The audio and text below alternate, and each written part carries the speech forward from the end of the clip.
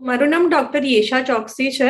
હું એક fertility specialist, endoscopic surgeon અને cosmetic gynaecologist. According to WHO, infertility એ એવું જે ડિસીઝ છે કે એવો રોગ છે કે જેમાં અગર એક કપલ જેની એજ 35 વર્ષથી ઓછી છે તે 1 યર સુધી ટ્રાય કરે અનપ્રોટેક્ટેડ ઇન્ટરકોર્સ દ્વારા, પણ તેમ છતાં એને બાળક ના રહે તો આપણે એને ઇનફર્ટિલિટી કહી શકીએ છીએ. સિમિલરલી, જો આ જ કપલની એજ 35 થી વધારે હોય તો 6 મહિનાના ટ્રાય પછી જો એને બાળક ના રહેતું હોય તો આપણે ઇનફર્ટિલિટી લેબલ કરીએ છીએ. અને રહ્યું 40 વર્ષની ઉંમર કે એનાથી વધારે, તો એવા કપલે તો ડાયરેક્ટલી જ ટ્રીટમેન્ટ માટે જવું જોઈએ. અકોર્ડિંગ ટુ WHO, આપણા દેશમાં 7 થી 8 કપલે એક કપલ ઇનફર્ટિલિટીથી સફર કરી રહ્યું છે. ફિમેલ ઇન્ફર્ટિલિટીના કારણોમાં એક તો આવે છે કે તમારી ફેલોપિયન ટ્યુબ્સ જે છે તે બ્લોક કે ડેમેજ હોય. બીજું છે કે તમારું જે ઓવ્યુલેશન છે તેમાં તેની જે પ્રોસેસ છે તે સારી રીતે થઈ નથી રહી. સિવિયર PCOSનો કેસ છે કે ડિમિનિશ્ડ ઓવેરિયન રિઝર્વનો કેસ છે. તમને પ્રાઇમરી એમેનોરિયા કે તમને ક્યારેય પીરિયડ આવ્યું જ નથી તેવા કેસીસમાં પણ બાળક નથી રહેતું. બીજું છે કે સિવિયર એન્ડોમેટ્રિયોસિસની બીમારી છે તો પણ બાળક રહેવામાં પ્રોબ્લેમ થઈ શકે છે. રહ્યું પુરુષોના જે કોઝિસ છે તો એમાં છે કે જે સીમેન પેરામીટર્સ છે તે સિવિયરલી ડેમેજ છે, સિવિયરલી અફેક્ટેડ છે. સીમેનનો કાઉન્ટ છે કે એની મોટિલિટી છે તે એકદમ ડિરેન્જ છે. ઘણીવાર ફિમેલમાં કે પુરુષોમાં ઇન્ટરકોર્સ કરવાની ડિફિકલ્ટી પણ એક ઇન્ફર્ટિલિટીનું કારણ છે કે સ્ત્રી અને પુરુષ ઇન્ટરકોર્સ કરી જ નથી શકતા, તો એ પણ એક ઇન્ફર્ટિલિટીનું રીઝન છે. પુરુષોમાં ઘણીવાર ઇજેક્યુલેશન ડિસફંક્શન કે ઇરેક્ટાઇલ ડિસફંક્શન હોય એટલે ત્યારે પણ ઇન્ટરકોર્સ કરવામાં ડિફિકલ્ટીઝના કારણે પ્રેગ્નન્સી રહેતી નથી. બીજું છે કે સ્ત્રી કોઈ પણ મેડિકલ ડિસઓર્ડરથી સફર કરતી હોય, જેમ કે થાઇરોઇડ પ્રોબ્લેમ છે કે પ્રોલેક્ટિન વધારે, એટલે કોઈ પણ હોર્મોનલ ડિસ્ટર્બન્સીસ હોય વિચ આર વેરી સિવિયર, તેનાથી પણ બાળક રહેવામાં તકલીફ થઈ શકે છે. ફિમેલનું જ્યારે યુટ્રસ છે તેમાં કોઈ સ્ટ્રક્ચરલ પ્રોબ્લેમ હોય કે ફાઇબ્રોઇડની બીમારી કે તેમાં યુટ્રસમાં પડદો હોય, ગર્ભાશયમાં પડદો હોય, ત્યારે પણ એ ઇન્ફર્ટિલિટીનું એક કારણ હોઈ શકે છે. તો જ્યારે પણ એક કપલ ઇન્ફર્ટિલિટી ઇવેલ્યુએશન માટે આવે છે ત્યારે અમે શરૂઆત એમની એકદમ ડિટેલ હિસ્ટ્રીથી કરીએ છીએ. એ ડિટેલ હિસ્ટ્રીમાં એમની કોઈ પણ પાસ્ટ પ્રેગ્નન્સીની હિસ્ટ્રી, એમની menstrual history, any difficulties in intercourse, એમના કોઈ બીજા મેડિકલ ડિસઓર્ડર કે કોઈ પાસ્ટ સર્જરીઝની history, whether they are smoking કે આલ્કોહોલ, એની હિસ્ટ્રી રિલેટેડ ટુ ધેટ અમે એમને પૂછીએ છીએ. સો એકદમ ડિટેલ હિસ્ટ્રી ટેકિંગ થાય છે જે બંને પાર્ટનરનું થાય છે, મેલ અને ફિમેલ બંનેનું. મેલ અને ફિમેલનું જનરલ ચેકઅપ થાય છે અને ફિમેલનું ઇન્ટરનલ ચેકઅપ અને મેલનું પણ ચેકઅપ થતું હોય છે. સો બેઝિક ચેકઅપ અને બેઝિક હિસ્ટ્રી પછી આપણે બેઝિક ઇન્વેસ્ટિગેશન્સ કરીએ છીએ. તેમાં ફિમેલની એક અલ્ટ્રાસોનોગ્રાફી આવે છે, જે મોસ્ટલી અમે ઇન્ટરનલ અલ્ટ્રાસોનોગ્રાફી કરતા હોઈએ છીએ, જે ટ્રાન્સ વજાઇનલ સ્કેન કહેવાય છે. તેના દ્વારા અમને ખબર પડે છે કે યુટ્રસમાં કોઈ સ્ટ્રક્ચરલ ડિફેક્ટ છે કે નહીં, એમનું જે ઓવરીઝ છે તેની સાઇઝ બરાબર છે કે નહીં, તેમને કંઈ PCOSની બીમારી કે એમનો જે ઓવેરિયન રિઝર્વ છે તે ખૂબ જ ઓછો છે કે નહીં, તેનો આઈડિયા પણ અમને સોનોગ્રાફી દ્વારા મળતો હોય છે. બેઝિક ચેકઅપ અને સોનોગ્રાફી પછી અમે બેઝલાઇન બ્લડ ટેસ્ટ કરાવીએ છીએ. તેમાં એમનું બ્લડ ગ્રુપ છે, બધા હોર્મોન્સ છે, એમનું હિમોગ્લોબિન છે, શુગર ટેસ્ટિંગ છે અને બેઝિક જે બધા ટેસ્ટ હોય છે કે કોઈ એમને ઇન્ફેક્શન છે કે નહીં તેના ટેસ્ટ પણ એમાં આવી જાય છે. હવે રહ્યું કે પુરુષની વાત, તો પુરુષના બેઝિક ઇન્ફર્ટિલિટી ચેકઅપમાં શરૂઆતમાં અમે સીમેન એનાલિસિસ કરાવીએ છીએ.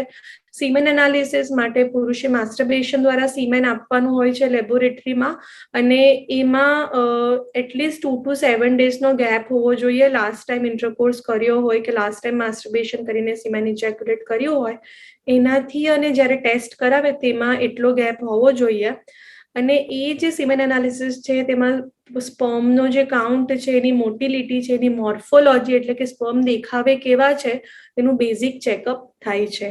અને આ જે સિમેન એનાલિસિસ છે તેના ક્રાઇટેરિયા WHO દ્વારા ડિસાઇડ કરેલા છે, તેની સાથે અમે એને કમ્પેર કરીએ છીએ કે નોર્મલ છે કે નહીં. અને પુરુષના પણ અમે બેઝલાઇન ઇન્ફેક્શનના ટેસ્ટ કરીએ છીએ અને શુગર ટેસ્ટિંગ. અને જો પુરુષના સિમેન એનાલિસિસમાં કંઈ પ્રોબ્લેમ આવે તો એમનું પણ ડિટેલ હોર્મોનલ ઇવેલ્યુએશન થાય છે, ડિટેલ હોર્મોનલ બ્લડ ટેસ્ટ થતા હોય છે, અને જરૂર પડે તો પુરુષના પ્રાઇવેટ પાર્ટની સોનોગ્રાફી પણ થતી હોય છે. સો આ રહ્યું તમારું બેઝિક ઇન્ફર્ટિલિટી ઇવેલ્યુએશન. આના પછી અમે સર્ટન પ્રકારની મેડિકેશન પ્રિસ્ક્રાઇબ કરીએ છીએ કે તમારે પ્રી કન્સેપ્શનલી જે લેવાની જરૂર હોય છે, એટલે કે પ્રેગ્નન્સી રહેતા પહેલા તેને અમે ચેક કરીએ છીએ. જો કોઈ વિટામિન ડેફિશિયન્સી હોય તો એ પ્રમાણે એની પણ વિટામિન ડી કે વિટામિન B12ની પણ દવા એડ કરીએ છીએ.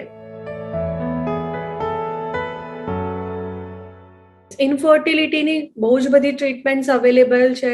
સો સ્ટાર્ટિંગમાં અમે પ્રી કન્સેપ્શનલ મેડિસિન્સ ચાલુ કરીએ છીએ. કોઈ હોર્મોનલ ડિરેન્જમેન્ટ હોય તો એ પ્રમાણે, જેમ કે થાઇરોઇડની તકલીફ હોય તો એની દવા એડ કરીએ છીએ. વિટામિન B12 કે ડીની જે ખામી હોય તેની દવા એડ કરીએ છીએ. અને ઓફકોર્સ પ્રી કન્સેપ્શનલ મેડિસિનમાં મેં કીધું એ પ્રમાણે folic acid is very important, તો એ એડ કરીએ છીએ. હિમોગ્લોબિન ઓછું હોય તો આયર્નની જે ટેબ્લેટ્સ હોય તે એડ કરવામાં આવે છે. સિમિલરલી પુરુષને પણ જો એમના સીમેન એનાલિસિસમાં કોઈ પણ તકલીફ હોય તો એન્ટીઓક્સિડન્ટ્સ જે હોય છે અને મલ્ટીવાઇટામિન્સ પુરુષ માટે પણ જે સ્પેશિયલ હોય છે તેને અમે ચાલુ કરીએ છીએ. હવે જે કપલને ઓવ્યુલેશન થવામાં પ્રોબ્લેમ થતું હોય, જે ફિમેલને, તો એની ટ્રીટમેન્ટમાં અમે શું કરીએ કે ઓવ્યુલેશન ઇન્ડક્શન કરીને એ લોકોને ફર્ટાઇલ પીરિયડ એક્સપ્લેન કરીને ત્યારે એમને ઇન્ટરકોર્સ કરવાનું સમજાવીએ છીએ. આ ખૂબ જ બેઝિક ટ્રીટમેન્ટ છે. અગર એનાથી પણ કન્સ્યુ ના થાય કે પછી પુરુષના જે સીમેન છે તેમાં માઇલ્ડ પ્રોબ્લેમ્સ હોય તો અમે ઓવ્યુલેશન ઇન્ડક્શન જે ગોળી કે ઇન્જેક્શન દ્વારા કરીને એનું મોનિટરિંગ કરીને ઓવ્યુલેશન દિવસની આસપાસ IUIની પ્રોસેસ કરી શકીએ છીએ. IUIની પ્રોસેસને ઇન યુટ્રો ઇન્સેમાઇનેશન કહેવામાં આવે છે. સો આ પ્રોસેસમાં જ્યારે ઓવ્યુલેશન થવાનું હોય તે ટાઈમે જે પુરુષનું વીર્ય છે તેને સાફ કરીને સારી ક્વોલિટીના સ્પર્મ છે તેને ગર્ભાશયમાં મૂકીએ છીએ. આ રહી બેઝિક ટ્રીટમેન્ટ. હવે કોઈ સ્ત્રીને સપોઝ કોઈ પડદો હોય ગર્ભાશયમાં કે એમની ટ્યુબમાં બ્લોક આવ્યો તો આપણે લેપ્રોસ્કોપીની પ્રોસેસ દ્વારા ફર્ટિલિટી એન્હેન્સિંગ સર્જરીઝ જે કહેવાય તે પણ કરી શકીએ છીએ, કે આપણે પડદો રિમૂવ કરીએ કે જે માઇનોર બ્લોક હોય તેને ટ્યુબલ કેન્યુલેશન દ્વારા આપણે રિમૂવ કરી શકીએ છીએ. સો ફર્ટિલિટી એન્હેન્સિંગ સર્જરીમાં એક તો લેપ્રોસ્કોપી છે ને બીજું છે હિસ્ટ્રોસ્કોપી, એટલે ગર્ભાશયની ઇન્ટરનલ જે તપાસ હોય તે પણ કરી શકાય છે. સો એટલે આપણે આ થઈ બેઝિક ટ્રીટમેન્ટ. હવે આ સિવાય પણ જો બાળક નહીં રહેતું હોય તો આપણે of course test tube baby, IVF કે ICSIની જે પ્રોસેસ કે છે તે કરી શકીએ છીએ. સો બહુ જ બધા ઓપ્શન્સ અવેલેબલ છે. આના સિવાય જે સ્ત્રીઓ કે જે પુરુષને પોતાના ગેમેટ્સ એટલે પોતાના એગ અને સ્પર્મથી પ્રેગ્નન્સી રહેતી જ નથી કે એ લોકોમાં છે જ નહીં, તો એવા કેસીસમાં ડોનર એગ અને ડોનર સ્પર્મની પણ હોય છે ટ્રીટમેન્ટ, કે જેના માટે સ્ટ્રિક્ટ ક્રાઇટેરિયા છે. અગર એ કપલ એ ક્રાઇટેરિયામાં ફિટ થતા હોય તો ડોનેશન પણ કરી શકાય છે. So it is also option, donor egg and donor sperm. આ સિવાય ઇન વેરી ફ્યુ કેસીસ કે એમાં સરોગસીની પણ પ્રોસેસ હોય છે. સો સરોગસીની પ્રોસેસમાં કોઈ બીજી સ્ત્રીનું જે ગર્ભાશય હોય તેમાં ગર્ભને ટ્રાન્સફર કરવામાં આવે છે. પણ આ જે ડોનેશન અને સરોગસીની પ્રોસેસ, એના માટે જો તમે ગવર્મેન્ટે ડિસાઇડ કરેલા ક્રાઇટેરિયામાં ફિટ થતા હોય તો જે તમારી માટે કરી શકાય છે. જે પણ કપલ છે જે લોકો ઇનફર્ટિલિટીથી સફર કરી રહ્યા છે તે મેં જોયું છે કે બહુ જ હતાશા, બહુ જ નિરાશા એ લોકોને થતી હોય છે. સો જે કપલ જે ઇનફર્ટિલિટીની ટ્રીટમેન્ટ લઈ રહ્યા છે તે લોકોને સપોર્ટ સિસ્ટમની ખૂબ જ જરૂરત હોય છે. આ સપોર્ટ સિસ્ટમ એ સ્ત્રી માટે એમનો હસબન્ડ હોઈ શકે કે એમનું ફેમિલી હોઈ શકે છે. કારણ કે જ્યારે મારી પાસે એના કોઈ પેશન્ટ હોય તે લોકોને જો નેગેટિવ રિઝલ્ટ આવતું હોય અને જે પ્રમાણે મેં કીધું કે એ કોમન જ છે, કારણ કે કોઈ પણ ટ્રીટમેન્ટ 100% તો છે જ નહીં.